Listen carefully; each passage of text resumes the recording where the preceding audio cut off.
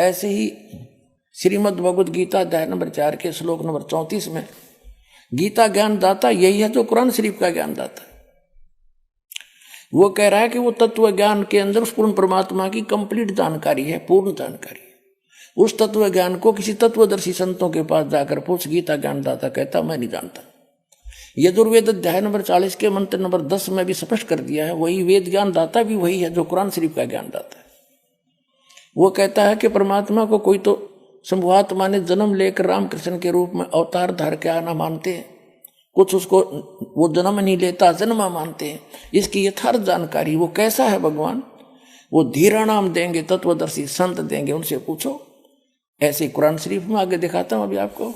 तो वो तत्वदर्शी संत, वो तत्व ज्ञान वो परमात्मा ही बता कर जाता है या फिर अपना नबी भेजता है। वो नबी ये दास है, अंतिम नबी, अंतिम पैगंबर, अंतिम उस परमात्मा का भेजा हुआ उनका दास, और पूरे विश्व का कल्याण होगा, मान जाएंगे दास की बात।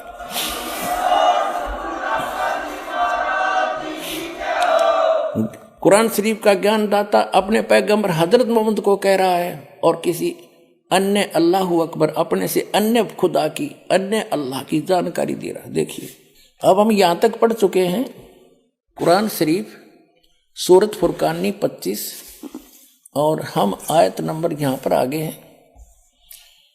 अब हम आयत नंबर 58 पढ़ रहे हैं, 57 पढ़ ली। और ए पैगंबर उस जिंदा जो तुझे जिंदा रूप में मिला था, इन चैतन्य अर्थ कर दिया, उस जिंदा पर भरोसा रखो जो कभी मरने वाला नहीं, यानी अविनाशी है, और तारीफ के साथ उसकी पाकी बयान करते रहो। यानी कुरान शरीफ के ज्ञानदाता से अन्य है जो परमात्मा, उसकी पाकी बयान करने के लिए कुरान शरीफ का ज्ञानदाता कह रहा है हजरत मोहम्मद को। और अपने बंदों के गुनाहों से वह काफी खबरदार है। ये तो वो खबरदार यानी खूब जानता है तुम्हारे सबको जो जैसा करता है। और ये वही है जिसने 58 पढ़ दी, 59 आयत है, जिसने आसमानों और जमीन और जो कुछ उनके बीच में है सबको 6 दिन में पैदा किया, फिर तख्त पर जा बिराजा, तख्त पर जा बैठा। वह अल्लाह बड़ा, वो अल्लाह अकबर है, वो अल्लाह कबीर है, वो अल्लाह बड़ा है, रहमान है, दयालु है। तो उसकी खबर किसी बाखबर यानी इल्म वाले से, तत्वदर्शी संत से पूछ देखो। कुरान शरीफ का ज्ञानदाता यहां इसने स्पष्ट कर दिया है कि मैं नहीं जानता उस अल्लाह अकबर बड़े भगवान, उस महान परमात्मा की, कंप्लीट गॉड की, ग्रेट गॉड की जानकारी मुझे नहीं है। वो तत्वदर्शी संत से पूछ लो। इससे कुरान शरीफ का सारा ज्ञान समझ में आ जाता है कि जो इसने अपने सत्र का ज्ञान दिया है उसमें चाहे इसने मांस खाना लिख रखे हो, चाहे कुछ भी खाना बता दिया हो, ये अल्लाह अकबर का आदेश नहीं है, ये तो कुरान शरीफ के ज्ञानदाता का आदेश है। इसका पालन करने से परमात्मा का, अल्लाह अकबर का विधान टूटता है, क्योंकि उस अल्लाह अकबर ने तौरेत नामक पुस्तक के उत्पत्ति ग्रंथ में स्पष्ट कर दिया, 6 दिन में जिसने सृष्टि रची उसमें आदेश दे दिया है कि कोई भी प्राणी, ना मनुष्य ना अन्य प्राणी, जैसे पृथ्वी पर रेंगने वाले चौपाए पशु, जलचर, हवा में उड़ने वाले, ये कोई मांस नहीं खाएगा। थोड़ी सी झलक दिखाता हूं। पुण्यात्माओं, ये तत्व ज्ञानहीन प्राणी आपको विचलित कर देंगे कि बाइबल में तो मिलावट है, और ये भी कहते हैं फिर वो कि हम तो इन 4 पुस्तकों पर ईमान रखते हैं, 4 होली बुक पे, तौरात, जबूर, इंजिल और कुरान। तो पहले आपको वो आसमानी किताब तौरात से दिखाएंगे सृष्टि उत्पत्ति। ये देखिएगा, ये आसमानी किताबें ये इकट्ठी जल्द की गई हैं, तौरेत, जबूर, इंजिल। अब देखिएगा,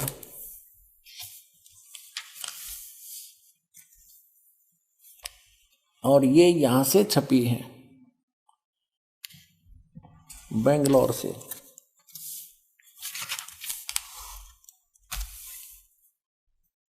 ये आसमानी किताब तौरत, जबूर एंजल उर्दू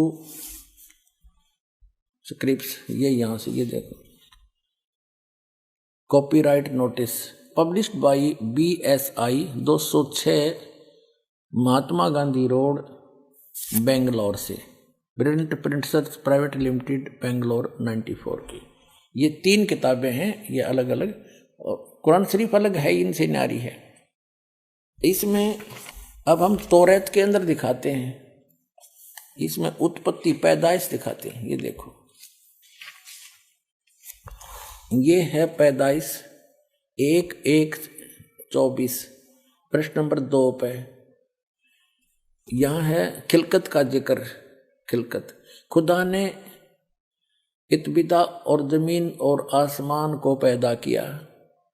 जमीन वीरान और सुनसान थी, गौरवों के ऊपर अंधेरा था। ऐसे ये पहला दिन हुआ, सांझ हुई, शाम हुई, सुबह हुई। पहला दिन हुआ, शाम हुई, सुबह हुई, दूसरा दिन। दो रचना करते हैं हम, अपने स्थान अपने उस पर आएंगे। ये फिर चौथा दिन हुआ, ये दूसरा दिन हुआ, ये तीसरा दिन हुआ, और फिर ये चौथा दिन हुआ, और फिर ये 5वां दिन हुआ। अब हम 6ठे दिन पर आते हैं। ये तीसरा पृष्ठ है ये तौरात का। अब 26 में कहा कि फिर खुदा ने कहा हम इंसान को, यानी 5 दिन में जो सृष्टि रची वो कर दी। 6ठे दिन फिर खुदा ने कहा कि हम इंसान को अपनी सूरत पर अपनी सभी की मानिद बनाएं, और वे समुद्र की मछलियों और आसमान के परिंदों और चौपायों और तमाम जमीन पर और सब जानवरों पर जो जमीन पर रेंगते हैं इख्तियार रखे। उनसे समझदार हो। खाना नहीं लिखा है इसमें, आगे देखो। और खुदा ने इंसान को अपनी सूरत पर पैदा किया, अपने जैसा उत्पन्न किया, जैसा खुदा है। मनुष्य भी, खुदा भी मनुष्य जैसा हुआ। खुदा की सूरत पर उसको पैदा किया, नर और नारी करके उसने उनको पैदा किया। और खुदा ने उनको बरकत दी और कहा फूलो और बढ़ो और जमीन में मासूर हो, महकूम करो, और समुद्र की मछलियों और हवा के परिंदों और कुल जानवरों पर जो जमीन पर रेंगते हैं इख्तियार रखो। आगे लिखा कि और खुदा ने कहा कि देखो मैं तमाम रुए जमीन की कुल बीजदार सब्जी और हर दरख्त जिसमें उसका बीजदार फल हो तुमको देता हूँ, ये तुम्हारे खाने को हैं। और जमीन के कुल जानवरों के लिए, हवा के कुल परिंदों के लिए, और उन सब के लिए जो जमीन पर रेंगने वाले हैं, जिनमें जिंदगी का दम है, कुल हरी बूटियां खाने को देता हूं। और ऐसा ही हो गया। अपना आत्मा स्पष्ट कर दिया कि न तो किसी पशु को, ना पक्षी को, ना जलचर को, ना मनुष्य को उस अल्लाह ताला का आदेश नहीं है मांस खाने का। उन्होंने स्पष्ट कर दिया कि ये हरी सब्जी घास फूस दे रखा है तुम्हारे को। और फिर आगे देखो, और ऐसा ही होगा। और खुदा ने सब पर जो उसने बनाया था नजर की और देखा तो बहुत अच्छा है। और शाम हुई, सुबह हुई, और फिर 6ठा दिन हो गया। फिर उसके बाद आसमान और जमीन उनके कुल लश्कर का बनाना खत्म हुआ। और खुदा ने अपने काम को जिसे वो करता था 7वें दिन पूरा खत्म किया, और अपने सारे काम से जिसे वो कर रहा था 7वें दिन फारिग हुआ। और खुदा ने 7वें दिन को बरकत दी और उसे मुकद्दस ठहराया, क्योंकि उसमें खुदा सारी कायनात से जिसे उसने पैदा किया, बनाया और फारिग हुआ। अब इसको पवित्र बाइबल में दिखाता हूँ एज इट इज, ना तो ये आपको बरगला देंगे आपको, ये नकली अटपट करने वाले मारे सट्टे ने हो गए। हमने बहुत अच्छी तरह तालमे इल्म हूँ मैं, ये कहते हैं जो इनके पढ़ने वाले विद्वान, और का पता नहीं इनको। ये देखिएगा, ये पवित्र बाइबल है, संपूर्ण जीवन अध्ययन बाइबल। ये कहां से छपा ये देख लीजिएगा। ये देखिएगा, journal editor Down and C Stamps MDV, associate editor ये J Jawali, Wesley Adams PhD, life publishers international, Springfield, Missouri USA, printed in India. अब ये वही है सारा कुछ, और ये सारा दिखा दूं, पढ़ लो तुम। अब इसके हम इस पे आते हैं उत्पत्ति पर। देखिएगा, ये उत्पत्ति, जिसको अंग्रेजी में इन्होंने कहा है जेनेसिस, जेनेसिस 1 प्रश्न नंबर 4 पे।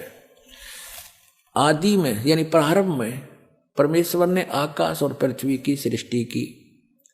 पृथ्वी बेडौल और सुनसान पड़ी थी, यह इस पर पहला दिन हुआ। फिर परमेश्वर ने जो कहा, जल के बीच एक ऐसा अंतर हो कि जल 2 भाग हो जाए। सारा कुछ क्या, सांझ हुई, भोर हुई, फिर दूसरा दिन हो गया। फिर सांझ हुई, भोर हुई, तीसरा दिन हो गया। हमने अपने मतलब की बात लेनी, ये चौथा दिन हो गया। सांझ हुई, भोर हुई, फिर चौथा दिन हो गया। अब हम ये 5वां दिन हो गया। प्रश्न नंबर 5 पर आ गए हम। ये सांझ हुई, भोर हुई, 5वां दिन हो गया। अब छठे दिन ये आ गया, छठा दिन। ये छठे दिन में चल पड़ा। इस प्रकार परमेश्वर ने पृथ्वी की जाति जाति के वन पशुओं को और जाति जाति घरेलू पशुओं और जाति जाति की भूमि पर सब रेंगने वाले जंतुओं को बना, और परमेश्वर ने देखा अच्छा है। फिर परमेश्वर ने कहा कि हम मनुष्य को, उन सब पशु पक्षियों को बना कर, फिर हम मनुष्य को अपने स्वरूप के अनुसार बनाएं, अपनी समानता में बनाएं, और वे समुद्र की मछलियों और आकाश के पक्षियों और घरेलू पशुओं और सारी पृथ्वी पर सब रेंगने वालों जंतुओं पर जो पृथ्वी पर रेंगते अधिकार रखें। इनसे समझदार हो, जैसे भैंस, गाय, बैल, इनको हमने अपने काम के लिए प्रयोग कर लिया। इनको खाना नहीं, सताना नहीं। इनको जैसे गाय भैंस आपने रखी, उसको पहले आप पेट भरते हो, चराते हो, उसको नहवाते हो, धोआते हो, प्यार से रखते हो, जब वो दूध देती है। तो ऐसे कहा, खाने के लिए नहीं कहा उस मालिक ने। देखो आगे, तो परमेश्वर ने कहा मनुष्य को अपने स्वरूप के अनुसार बनाए, अपनी समानता बनाए। तो भगवान फिर कैसा हुआ? फिर परमेश्वर ने कहा हम मनुष्य को अपने स्वरूप के अनुसार बनाए, अपनी समानता बनाए, और वो समुद्र की मछलियों और आकाश के पक्षियों और घरेलू पशुओं और सारी पृथ्वी पर रेंगने वाले जंतुओं पर जो पृथ्वी पर रेंगते अधिकार रखे। आगे देखो, तब परमेश्वर ने मनुष्य को अपने स्वरूप के अनुसार उत्पन्न किया। अपने ही स्वरूप के अनुसार परमेश्वर ने उसको उत्पन्न किया, नर और नारी करके उसने मनुष्यों की सृष्टि की। तो भगवान कैसा? नर आकार, मनुष्य सदृश। जैसे जिनको परमात्मा मिले, सचखंड लेकर गए, वापस छोड़ा, उन्होंने बताया हमरे ही निहार है, हमारा सृजनहार, हमारा भगवान हमारे जैसी शक्ल का है। लेकिन उसकी बॉडी, वो उस वहां जाकर के सभी का जो शरीर है इमोर्टल हो जाता है, अविनाशी शरीर मिलता है। वो मटेरियल सारा अविनाशी मटेरियल का शरीर है, और यहाँ पर ये नाशवान है ये शरीर। यहाँ जब आता है परमात्मा अपनी ओरिजिनल बॉडी से ही आता है, वो अविनाशी।